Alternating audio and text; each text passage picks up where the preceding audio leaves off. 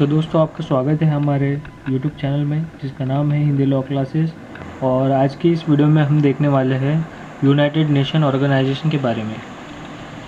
तो United nation organisation को हम संयुक्त राष्ट्र संघ भी कहते हैं। United Nation is an international organization. UNO was established on 24 October 1945। United Nation एक इंटरनेशनल ऑर्गेनाइजेशन है और ये 24 अक्टूबर को 1945 में ये एस्टेब्लिश हुई है। तो इसके बाद में हम देखेंगे ऑब्जेक्टिव ऑफ UN। इसका मतलब ये होता है कि यूनाइटेड नेशन के क्या क्या उद्दिष्ट है। और पहला जो उद्दिष्ट है वो है maintaining international peace and security. सभी देशों के बीच में शांति और उनकी सिक्योरिटी मेंटेन करना यूनाइटेड नेशन का फर्स्ट ऑब्जेक्टिव है। उसके बाद में प्रमोटिंग ह्यूमन राइट्स। सभी देशों के जो सिटीजन्स हैं उनके जो राइट्स है, बर्थ राइट्स है, उसे प्रमोट करना, यानी कि ह्यूमन राइट्स को प्रमोट करना। उसके बाद में developing friendly international relation among the world nation.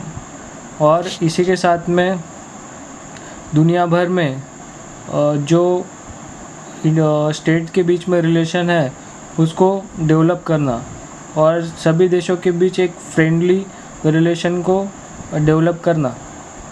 इसी के साथ solving international problems of nature, जैसे कि economic, social and cultural.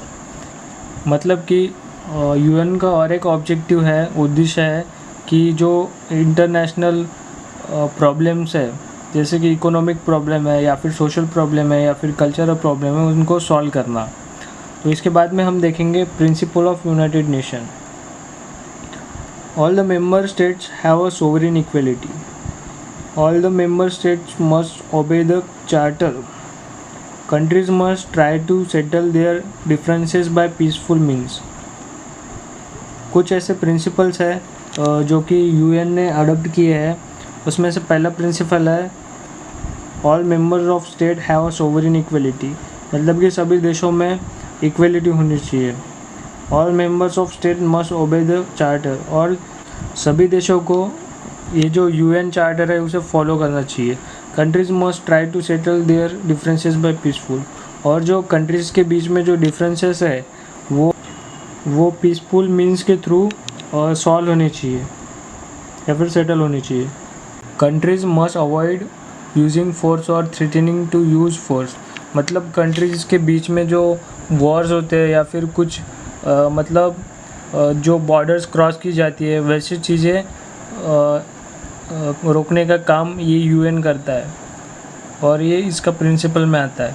UN may not interfere the domestic affairs of any country। UN को जो कंट्रीज़ के बीच में जो कुछ भी चल रहा है, जो कुछ भी उनका इंटरनल मामला है, उसके बीच में UN को दखलंदाजी नहीं करनी है। Countries should try to assist the United Nation. उसके बाद में 6 प्रिंसिपल ऑर्गन्स है यूनाइटेड नेशन के, वो देखते हैं। पहला जो प्रिंसिपल ऑर्गन है वो है जनरल असेंबली। उसके बाद में है द सेक्रेटेरिएट। उसके बाद में है द सिक्योरिटी काउंसिल। उसके बाद में आता है इंटरनेशनल कोर्ट ऑफ जस्टिस, उसको हम ICJ भी कहते हैं।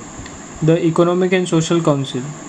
उसके बाद में है द ट्रस्टशिप काउंसिल। तो ये है 6 principal organs of United Nations.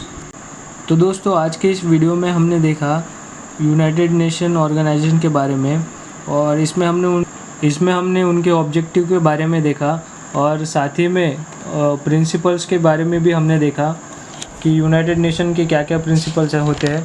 और इसी के साथ में कुछ जो प्रिंसिपल ऑर्गन्स है, जैसे कि 6 ऑर्गन्स है, उसके बारे में भी हमने देखा।